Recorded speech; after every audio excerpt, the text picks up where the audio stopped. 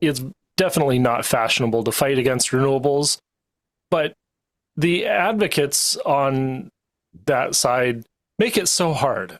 The reason why I invited Karl is because we basically are two birds of a feather. We have met each other on, I believe, at least one occasion, but it's possible that it were two. Uh, the one that I remember was St. Louis, the Thorium Energy Alliance conference, and there was a that was when there was a what do you call it when the moon goes in front of the the sun, an eclipse. The eclipse, The yes. eclipse. I think I missed out. It might have been a different thorium conference. No. Yeah, I'm sure that Oak Ridge was my first in person. Oh, But really? I remember your content, and I was super excited to consume like all of the thorium community content. Starting around 2015, 2016, it was a breath of fresh air when it comes to the future of climate and energy. It's incredibly exciting to consider the potential that we have ahead of us. I was happy for like the analysis that you brought and all the stuff you did. And yeah, and I've continued to go to the Thorium Energy Alliance conferences. In fact, I've had a hand in some of those productions recently. You take a lot of effort to film all this stuff these days, or basically stream it. Yeah, yeah. So of course the fantastic Gordon McDowell is our archivist and videographer. He has a really great camera collection, and he's very good at editing and very disciplined at keeping all of the material. And I excel at live production. I am here to make everything pop. I am here to, I can change camera angles at my home setup. I've got all sorts of stuff going on, and I'll bring my home setup around with me to the Thorium conference and do my best to make sure that that can be streamed and we can see and hear everything. I remember that you had this funky little setup with these baskets and everything, or trays, something like trays, right? And you were testing stuff out, and not that I saw it in real life, but you shared some pictures of it. Yeah, yeah.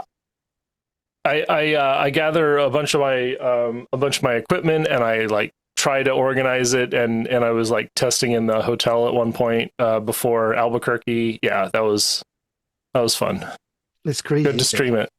I mean, this is a thing. I mean, today we're going to go off the beaten track. We're going to walk into the forest and get lost.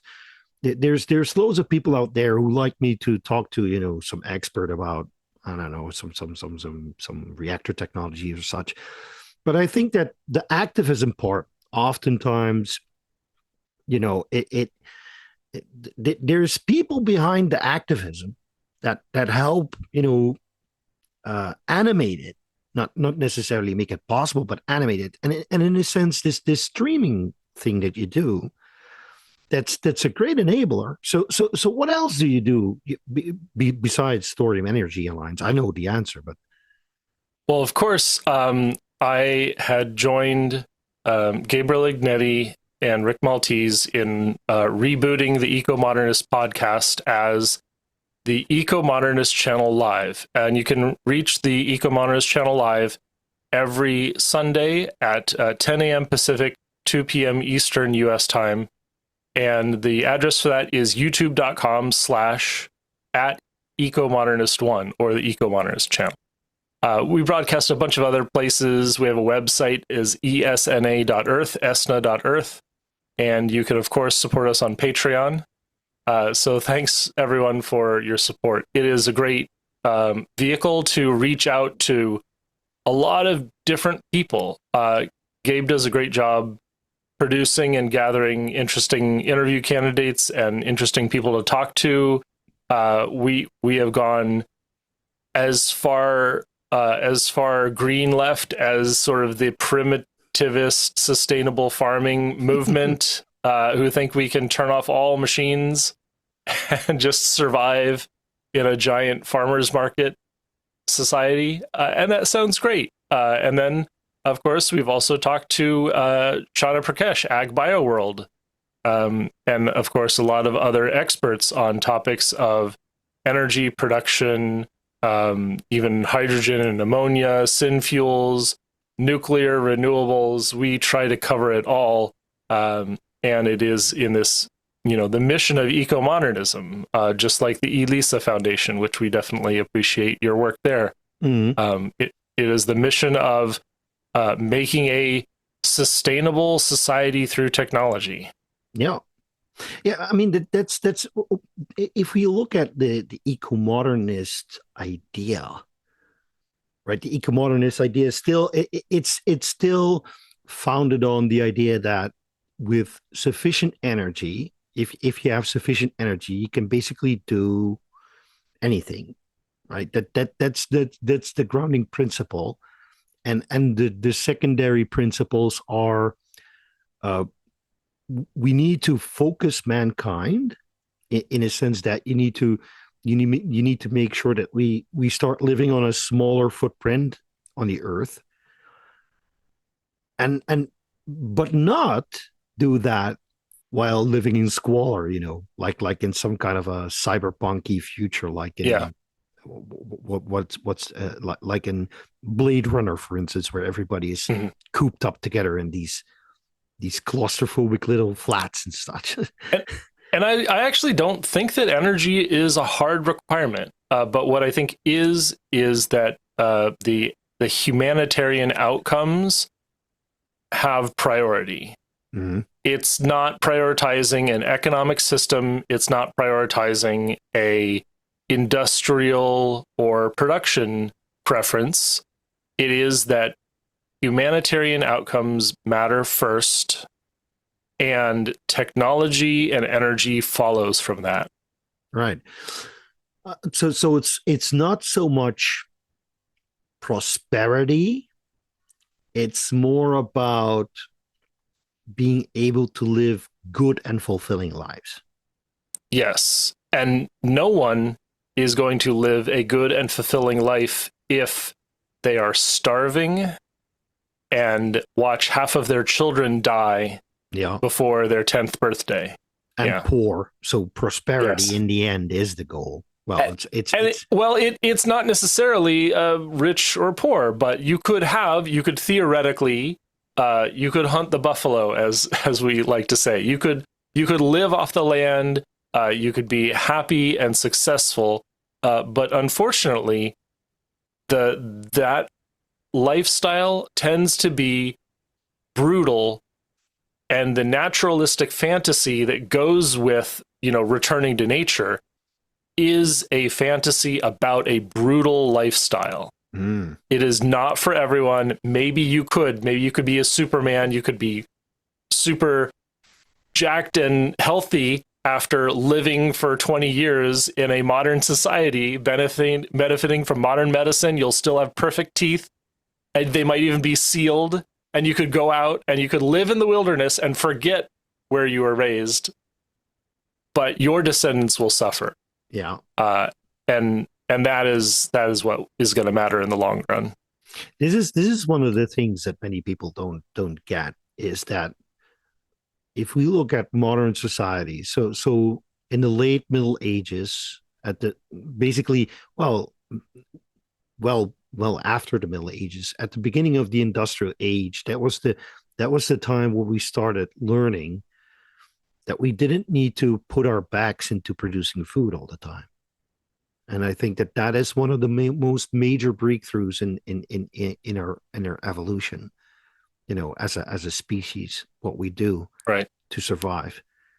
Back then, if there was a bad year, and you lived off the land, and you needed grain and such, and all you had was bread, and you had a bad harvest, wow, that was going to be one tough winter. And I for one, am glad that I don't have to witness those times. I mean, we had we had wars over fertilizer, over bat guano.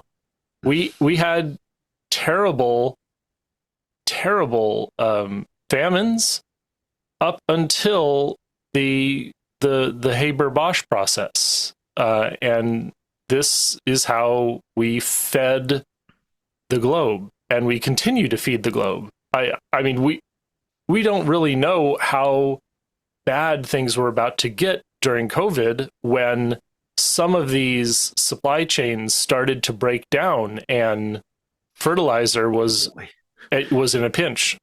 I have a story to tell about fertilizer. So I live in the south of the Netherlands, right? We call it the appendix. It's really like this little stump that's hanging underneath the Netherlands, and that's where we live. And in this stump, the smallest part of the Netherlands is there. There are only two places in the Netherlands where the Haber-Bosch um, process is used, and that's literally 2 kilometers that way. And that's owned by OCI Nitrogen. I don't know if people are familiar with that. You've got Yara, you've got OCI Nitrogen, and you've got a couple of other companies that do this. But basically, what they do, for those who don't know, it is you take natural gas CH4, you basically strip the hydrogen atoms off, which unfortunately leaves you with carbon monoxide and carbon dioxide as byproducts because you use steam to do this, H2O. And then once you've knocked the hydrogen atoms off, you start making ammonia, which the nice part is that the nitrogen atoms, you can suck them out of the air. So you don't need a supplier for it. The only thing that you need is natural gas. Over here in the plant that we have over here, they use 1 billion cubic meters of gas each year to produce ammonia. And this ammonia is then used to make fertilizer, urea, and other stuff. And when the COVID epidemic was over, they were already having a bad time. And then the war in Ukraine started. And basically, they had to cease operation. Now, they're still selling ammonia, but they're buying that ammonia from a place where it's not as expensive to make. Mm. So they're still in business, but it's not like they're letting their machines rip and make as much product as possible. But ammonia, yeah, absolutely. The Haber-Bosch process is an absolute life enabler, I would say. Because fertilization is so incredibly important if you want to make sufficient amounts of food, fuel for humans. Yeah, so that I think one of those advances makes modern society possible, and two or three modern miracles make society stable and plentiful and peaceful. And if we are more focused on these enabling activities, humanity will survive. And I guess that's one thing that Gabe especially loves to focus on is space and the exploration of space. Right. Because it will be about humanity's survival long term. Yeah. We don't know if a political catastrophe is going to trigger a global nuclear war. But if humans are off homesteading on the moon or on Mars or in the asteroid belt, they will live. We have a chance. Yeah, we have a chance. Yeah. I mean, it's interesting. I love to take this into the space direction. But before we do that, I do want to, because we're talking about modern or inventions that made modern society possible. I think that the internal combustion engine is something that gets a really, really bad rap. But it enables 90% of what we do. Yeah. It's so, and it's kind of miraculous when you consider how little fuel is needed to create so much energy. Yeah. I'm a big fan of electric vehicles. Absolutely. I wish that they were more viable. I wish that I could go 300 miles on my electric bike, but I could barely go 50, and I have like a big double battery unit. But for the same weight as those batteries on that bike, replacing, all of the engines and batteries with an internal combustion engine and fuel tank, the range is unparalleled. It is so far apart, unfortunately, and that the internal combustion engine is an enormous energy efficient or materials efficient, I should say, device. It's and the force multiplier in terms of what we can do as a society. Just looking at the sheer scale of all the stuff that we move around on the planet, we get our iron and our aluminium and our glass. It's all made somewhere else, or the resources that we need to gather are ungatherable at this moment without internal combustion engine. They are untransportable without internal combustion engines. So this is why I always say I really hope that we figure out how to make synthetic fuels. Because that factor of the internal combustion engine, despite the fact that I don't like the fact that it has an exhaust, and there are some health concerns that will not go away. It's simply that it is that simple. I don't think that we can do away with internal combustion engines in the next 2 decades, at least. At least, yeah. And the synthetic fuels, they could massively reduce the impurities involved. We might find that we can make engines with better tolerances. We could fine tune the exhaust systems to make them even cleaner and have even fewer health outcomes if we standardized on pure synthetic fuels. Yeah. But we are addicted to digging up that fossilized algae that powers society. It's not the low-hanging fruit, it's the lowest fruit. It is. You just have to dig it up. And in some places, you only have to scoop it up, like in Alberta, for instance. I mean, yeah, it's so easy. It is so difficult to pull humanity away from that resource because it's still a matter of life and death for billions of people who are no longer. I think that, maybe 20 years ago, 10, 15, 20 years ago, there were billions of people who had zero energy access. Now they will have marginal energy access, and they are hungry for more. They need more energy because they're trying to survive. Yeah, and lead better lives. Yes, it's a bit like Hans Rosling's washing machine story. Give a woman a washing machine, free 20 hours of her week that she used to spend on just making sure that all the clothes were clean, with manual labor.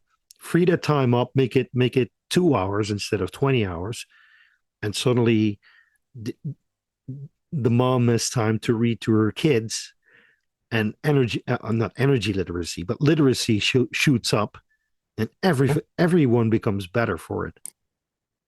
Every societally beneficial condition, the liberation of women, the I guess the rigidity of a agrarian society melts away when you have energy. Yeah. When you are no longer a slave to producing food, you can work to produce your mind, and is enormously beneficial. That's the stage where we really need to get as mankind. But at this moment, we're occupied with other stuff. It seems. I mean, it's so bad. So taking it to space. I mean, this is like. I mean, I grew up watching Star Trek. I still do. My oldest son, he's 14, and we are watching the next generation. We're now in season 6, I believe. So we've come quite a way. We watched the Archer series, and my son is totally on board. So the trouble is, if we want to traverse vast distances, right? I mean, doing that inside the solar system, we can do it with chemical fuels, right? That that's Right. that's, that's what we've done. So Well, we can get to Mars, yeah, just barely. yeah, And the problem of the rocket equation is that it takes so much fuel, even mass, when you are so much mass, to get out with a combustible chemical fuel, to get out of the atmosphere and to push yourself around. That rocket equation is brutal. And there's a wonderful Chris Morrison colleague at my job now. He presented to us with the Seattle Friends of Fission the illustration of what a nuclear thermal rocket can achieve. And it goes from your craft being 10% payload to go to Mars, 10% payload, current technology, with a nuclear thermal rocket as your second stage. It is 50% payload. right? I mean, if you look at it that way, would it be smart to make it a kind of a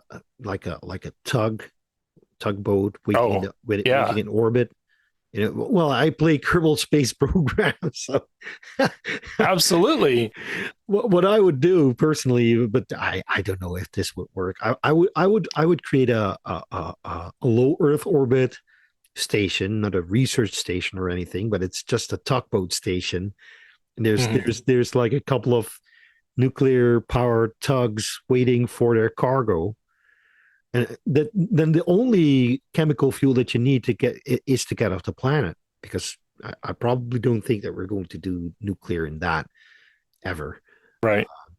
But once you're in, what does it do? A nuclear engine. This is So interesting. Do you know? yeah, so the primary output of a nuclear thermal rocket is not the heat, is sorry, not the electricity, but heat. Mm-hmm. And what it will do is it will take that heat and excite a particle, usually hydrogen because it's so plentiful, and it expels that out of, Relativistic speeds, right? yes, extremely fast, extremely Yes. fast. Yes. And you can do the same thing with fusion. And of course, Chris will say chemical is your first gear. It gets you off the planet. Mm-hmm. Fission is the second gear.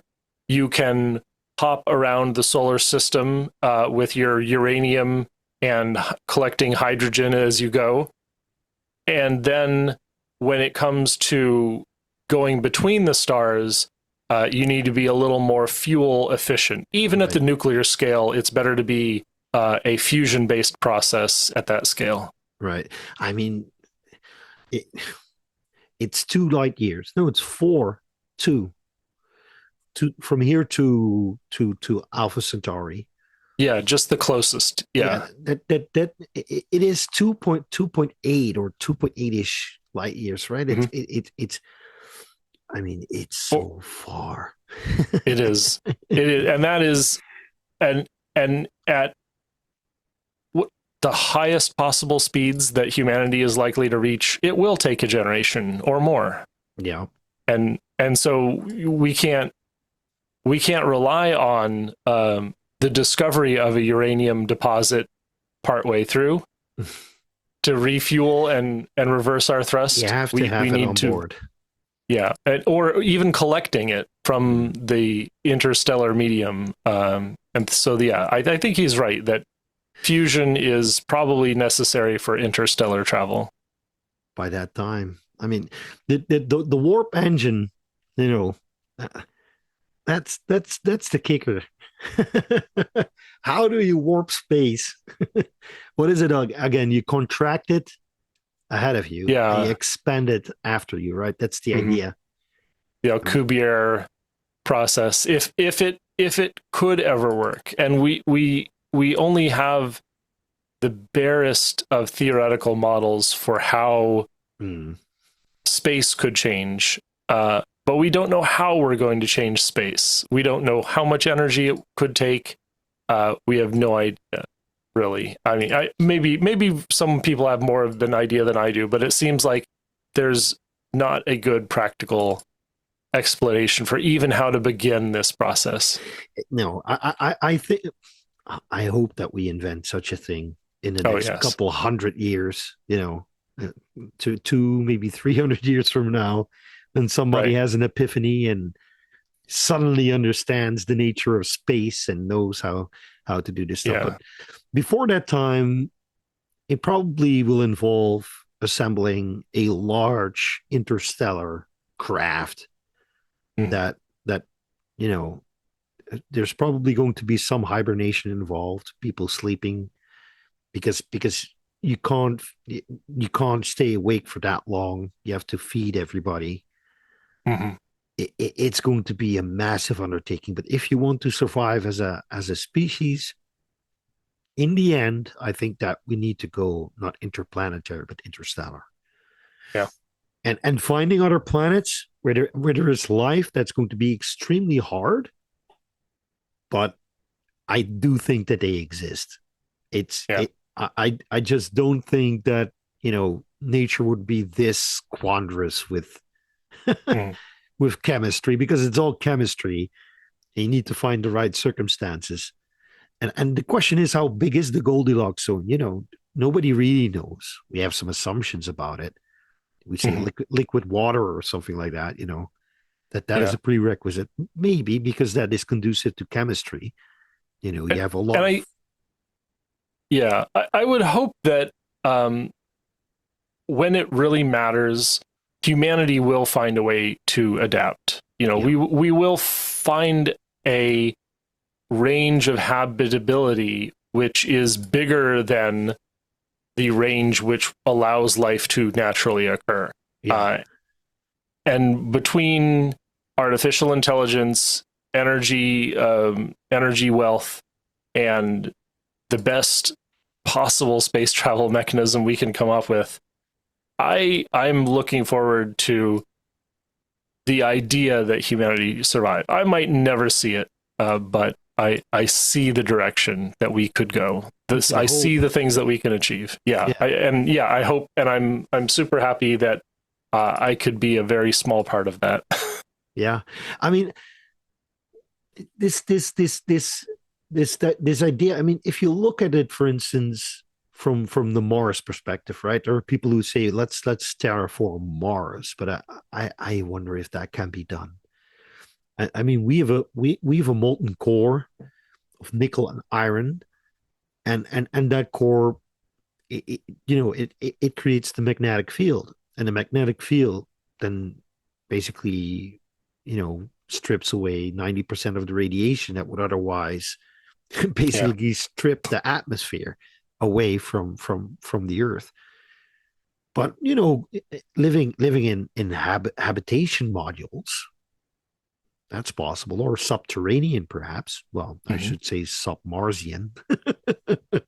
Or and especially if we're talking about Mars or perhaps a remote colony, if we have a fission source, a fission energy source, maybe creating a magnetic umbrella, All an right. artificial Van Allen to protect the Wow, planet that's or to going to protect the take a lot settlement. of energy, though. It would take an enormous amount, but if we are leaving this planet, we're going to have that capability. We're going to be able to make like a 10 gigawatt molten salt reactor and make that thing spin and protect the habitability of a colony. Right. I used to be friends with Dave Zubrin on Twitter. We used to follow each other. I'm no longer on Twitter or X. So Mhm. so so unfortunately I lost that contact. But he used to talk about that a lot. Yeah, Put nuke somewhere. I was super fortunate to get at least one talk with Dave on stuff like this, on futurism and space exploration. It was a wonderful conversation.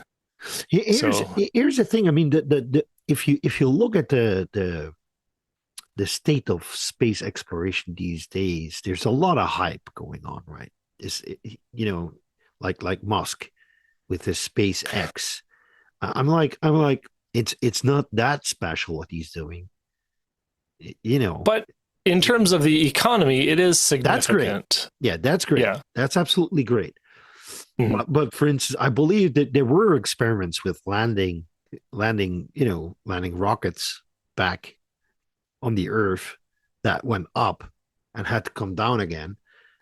Yeah. I mean, if you do parabolic flight, the only thing that you need to do is make sure that you get out of the atmosphere, turn around, get your exhaust pointed the other way, and then at the right moments, give a Mhm. little gas. You need a chemical Yeah. engine for that, by the way. Yes. Yeah. You need that first gear again to safely return. And I remember back in the day with folks like Armadillo Aerospace, and it was a very, very vibrant hobbyist community that looked really great and hopeful. And I worry that we're gonna see a space monopoly, Right? and we should be very careful. Yeah. Everybody gets pushed aside now. It's like, Hmm. Right. get away now. The big boys are here, and we're going to commercialize the whole deal, make tons of money, and this is the only way that you can do business from now on.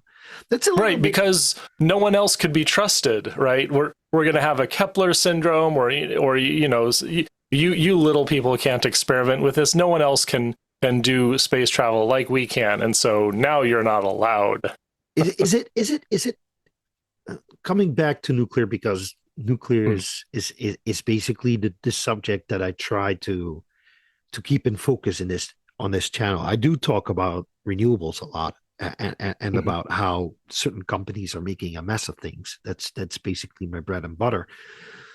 But I mean, what you see happening in nuclear right now, there's so many small modular reactor developments at this moment, and I don't want you to talk about your employer, by the way. Um, is it what you see happening is that it is really a kind of a Hunger Games going on right now in that space. There's loads of developers that try and fail.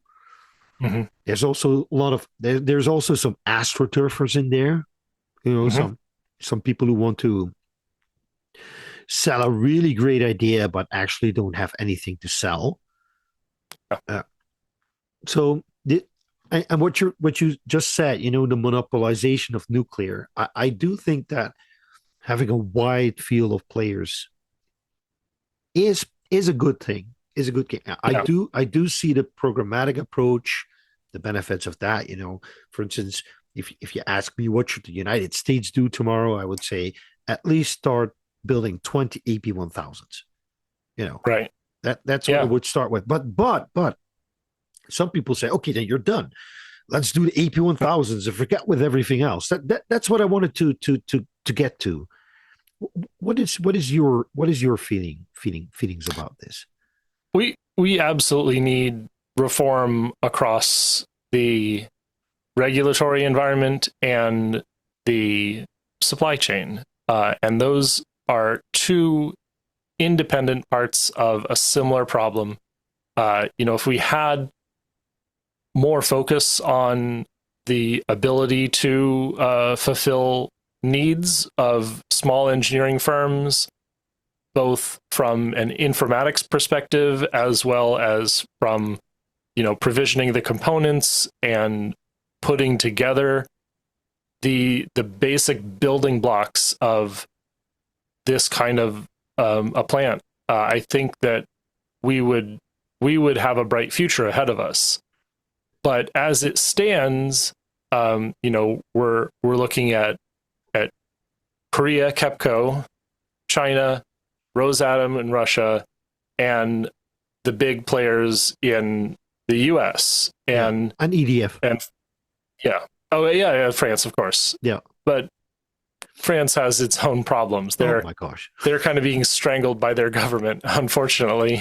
Yeah. Uh, but these these few firms, it's between 5 and 10 firms supplying the vast majority of all nuclear know-how, Mm. is a risk. And so I think that we need to cultivate the opportunity to have as many nuclear startups as could possibly think about succeeding, Yeah. as many as would have a snowball's chance in hell. That's how many we really need. We need to be funding energy research in general. And I know that we've spent a lot of money on renewables, and it has been fairly successful, but there is an off-ramp where renewables stop mattering to our energy systems, unfortunately. Yeah, we see that happen in Germany right now. The UK just reaffirmed their intention to do the same, virtually the same, although with Sizewell C and Hinkley Point C, they could get 14% of their electricity using nuclear. But what you see is, and this is where we get into the bread and butter of my channel, is basically what you see is that with these renewable people, they don't understand that there's a real valley of death. You have the renewables ramp up, and at some point, what you get is you get to, let's say that we're talking about a percentage of renewable energy, renewable electricity being consumed in a grid. Let's say that it's somewhere between 30 and 50%. Mm-hmm. You can't that's not the chasm. If you reach that point, then you reach the valley of death. It's different from the regular development curve, right? You get up to 20, 15, 20%. Then you get the valley of death. And then if you make it through the valley of death, then you get to finally proceed with your development of your product or whatever. With renewables, that valley of death comes later. So what you see right now happening in the UK, for instance, is they have to curtail 1.3 billion 1.3 billion pounds worth of wind energy that cannot be transported to the south because it's Yeah. built in Scotland. The demand is down south, and the T&D infrastructure to get that wind energy south, it's simply insufficient. Plus, they have so many gas generators that are located near the points where the most demand is, that they choose to keep them running in order to make sure that this grid stays viable. Now, the trouble is, once you start pushing over those 50 or 60% electricity, the bottom line of these gas plants that are there to make sure that your grid doesn't black out goes down and down and down and down and keep going down and down and down. And that's where the true valley of death starts to emerge. And you know what? I want to reframe this because and Thies, you're talking about the technology development curve. You have early adopters, and then a valley of death. Like you would get computers, and a lot of universities get them. And then they're too big and expensive for consumers, and the universities all have one. And then they miniaturize, and consumers and businesses take them, and it takes off. But it's after that. It's after the product takes off. Where does it go? Does it really reach stratospheric, where everyone has 5 computers on their bodies at all time? Yeah. Or is it like a television, where there's too many screens? I mean, I've got 10 screens around me right now, but most people do not. Most people would have 2. Yeah. Most people would have 1 to 2. And so there is a plateau, and there's a technology plateau. And I think that's what we see with renewables, because plateau. They're saturated. Yeah. When do you have too much? When have you passed your saturation point? Right. That's a good one. That's a good one because that's where we clearly are. In Germany, in the UK, we're at that saturation point. We have crossed over the saturation point, and what you see is that the gas prices, and this is simply politics. Actually, it's politics, and then how the market is structured. What you see is that this gas infrastructure, which is meant to keep everything afloat, is causing massive price spikes. When the doldrums hit, Hmm. there's Yeah. no more sun, there's no more wind, and everybody is using gas to cook their meals, to heat their homes. Industry is using gas to produce products, but they also need electricity. And what do we use to make electricity? We also use natural gas. So you get these compounding demands for gas, and then you get these price spikes up to Yeah. 800 euros per megawatt hour, which is Yeah. ridiculous. So what we see right now is basically an inability to really look into the future and see what the consequences are of Hmm. our our assumption that if we put enough effort into making these renewables cheap, and that we reach a degree of optimization in deploying these things, that we can become very Right. good at it, very proficient. And we basically blanket the whole space with windmills and solar panels. They failed to see that we would reach this saturation point, or this valley of death, where you basically need to start thinking about how are we going to bridge this gap towards this 100% renewable future that we want to have. Right. And And there's that, always details that are oh my hiding. God, yeah, they tend to come out once you're there, and new pressures emerge, you Hmm. know, because you haven't experienced them yet.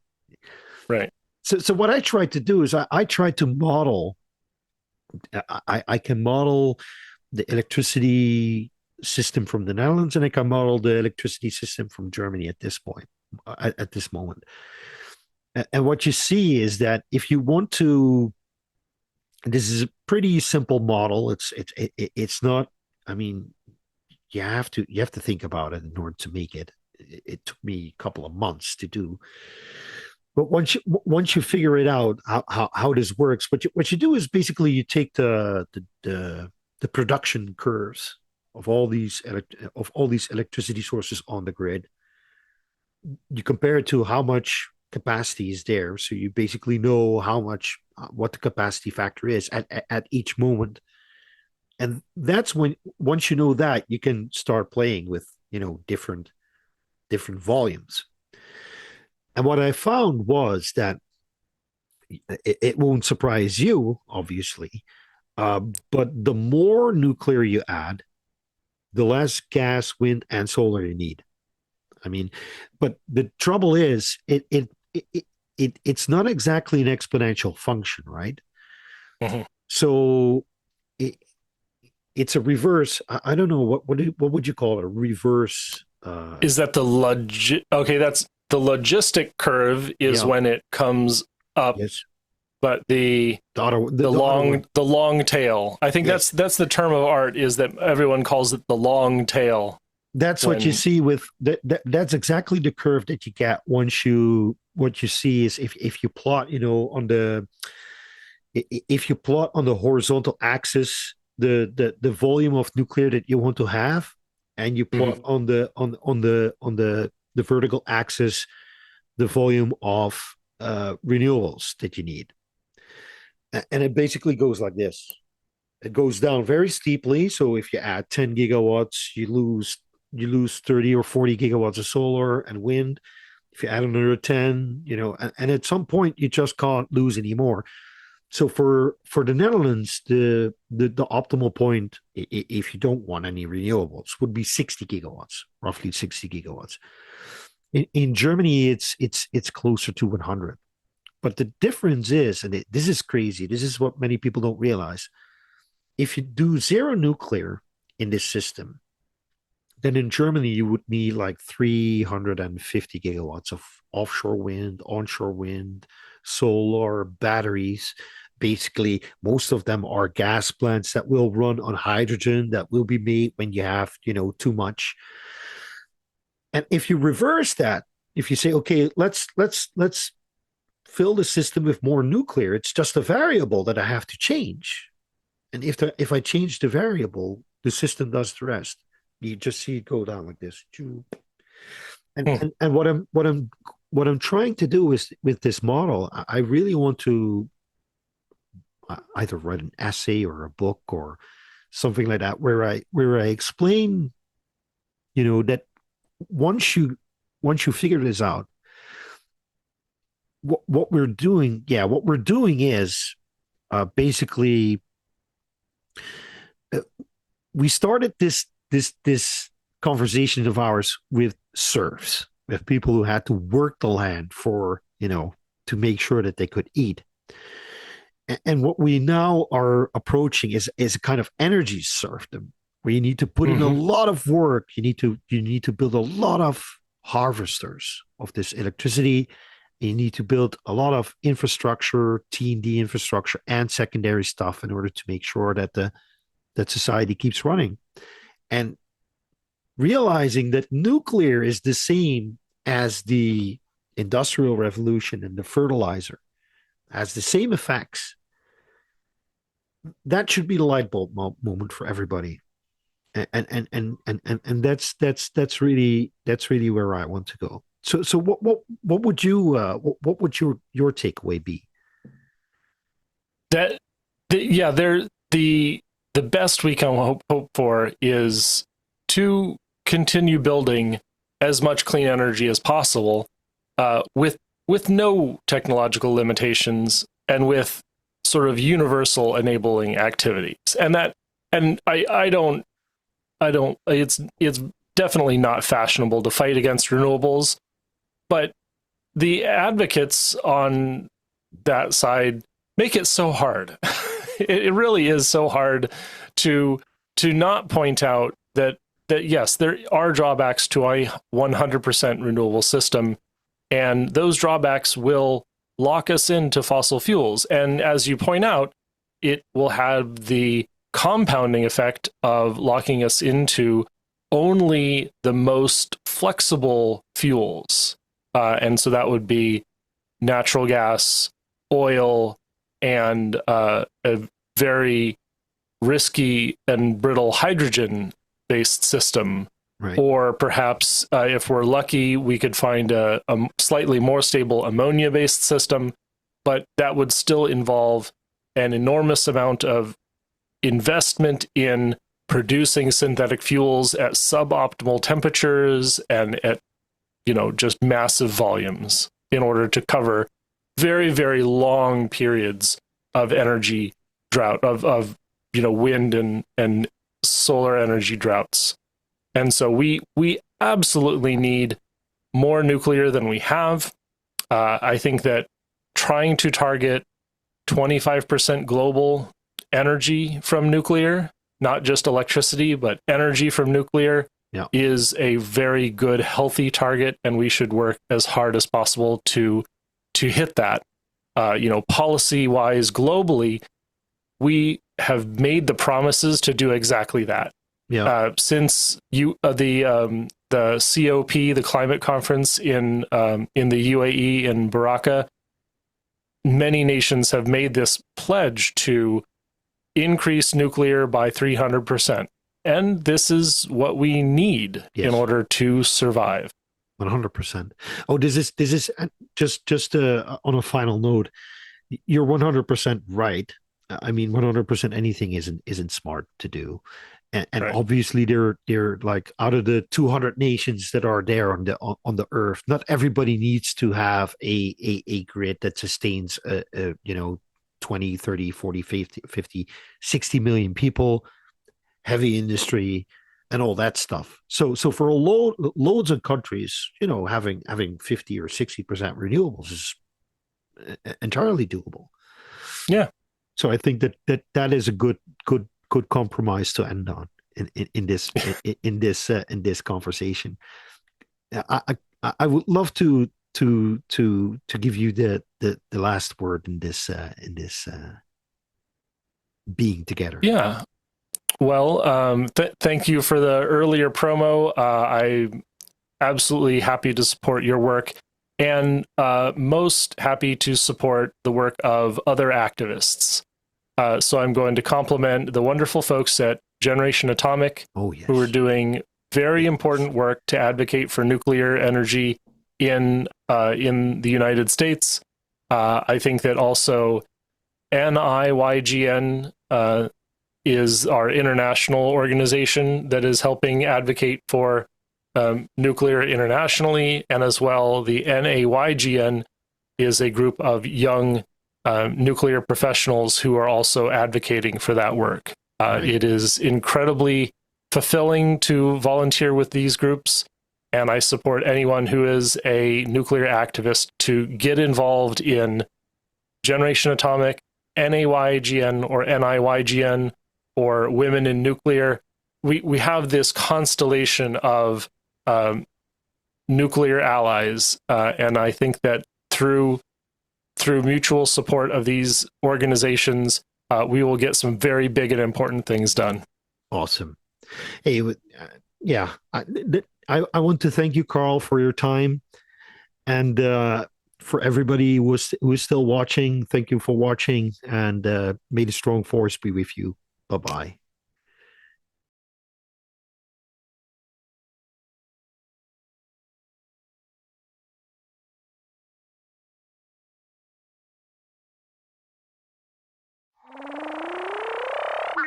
Wow.